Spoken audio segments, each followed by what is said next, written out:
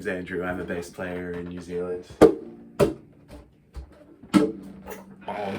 Welcome to my bass corner. Time for a little gear review here. When you're a bass player, it's all about the tone. Punchy, fat, tubby, round. How do you get tone? It's all in your fingers. It's all in your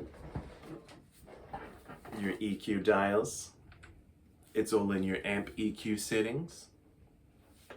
And sometimes it's in a pedal. It's in your gear. This is the Behringer BEQ700. Obviously it's a ripoff of the Boss pedal. It's the 7-band EQ with also a gain switch on it there. There you go, there's a hot take of my good bass settings there. Cut the high frequency, cut some of the lows and the mids, and then most things around about unity. That's what I'm running at the moment. So, is this a good unit? Should you buy it? My answer is yes. I've done a review of the Behringer tuner pedal, chromatic tuner. Some reviews about Behringer gear, their pedals, will say they're shit. And there's something to that. But in this case, this unit does exactly the same as any other EQ pedal and does it well. Number one, the EQ settings, sliders, up, down, whatever, they actually work. They actually do significantly affect your tone and really helps you dial it in. That's what I got this for, is that I was having trouble sort of figuring out where my Franken bass build was going wrong. And I thought, I need a little bit more precision. I need some labels on the EQ settings so I can just mess with each of these and see what's happening. And that was really helpful for that. And once I figured it out, once I had the understanding that this pedal gave me of what was going on with my bass tone, then I was able to dial my amp better. So in the end, I don't need to gig with this, but it was a very helpful diagnostic tool, and I have no problem gigging with it. I did a couple while I was still figuring things out. Complaints. Behringer pedals are made of plastic. They're plastic imitations of the heavy-duty Boss metal pedals. And I don't mean metal music, I mean constructed out of metal materials. That was obvious. If you're a player who's stomping on things on and off all the time, chances are if you stomp on this thing 1,000 times in its lifetime, one of those times is going to do some damage and you may break it. It's sturdy enough.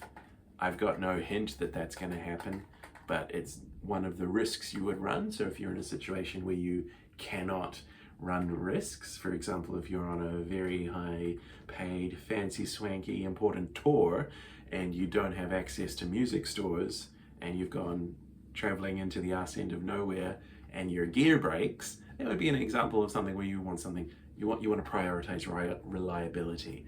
So this is maybe not the pedal for you, if that's you, where you absolutely cannot have things break on you. But I think for most people, bedroom jammers, playing at your pub,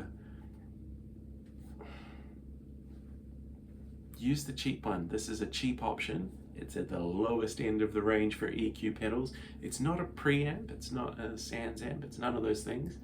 It's purely a passive pedal. Use it. I heartily endorse it.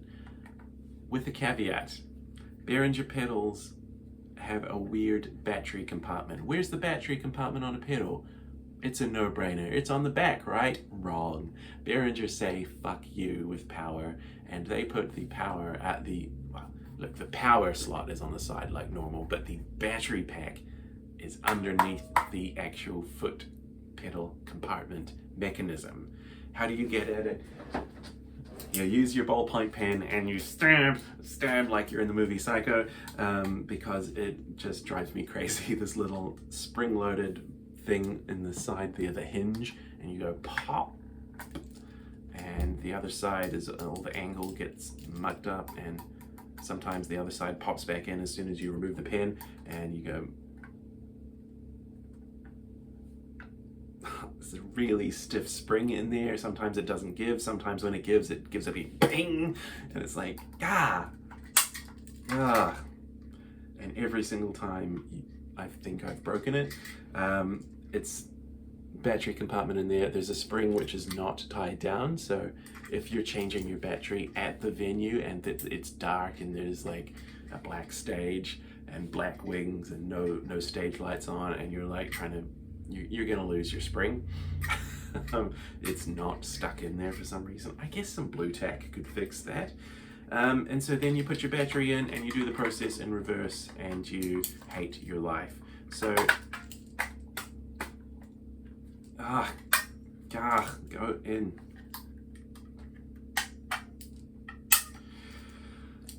And then you plug all your shit in, back in your board, and away you go. So I strongly recommend you use this pedal without using that battery rigmarole. You do this instead. Go to eBay, buy yourself a rechargeable 9-volt battery as USB-C recharging.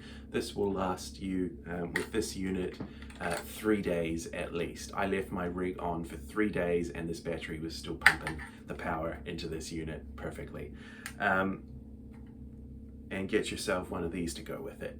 So this is an inverted 9-volt battery clip. It has regular center negative DC power on this side, so it goes into the power slot on any pedal, not just this one, any pedal, just like normal, and it clips on a 9-volt battery there. Now it is important that you get one that is inverted, because normally, I gather, I don't really know, but I was doing the reading about it, and I gather that normally the positive terminal goes to the center of your cable, and you need it to be inverted from that. You need center negative power for all your pedals.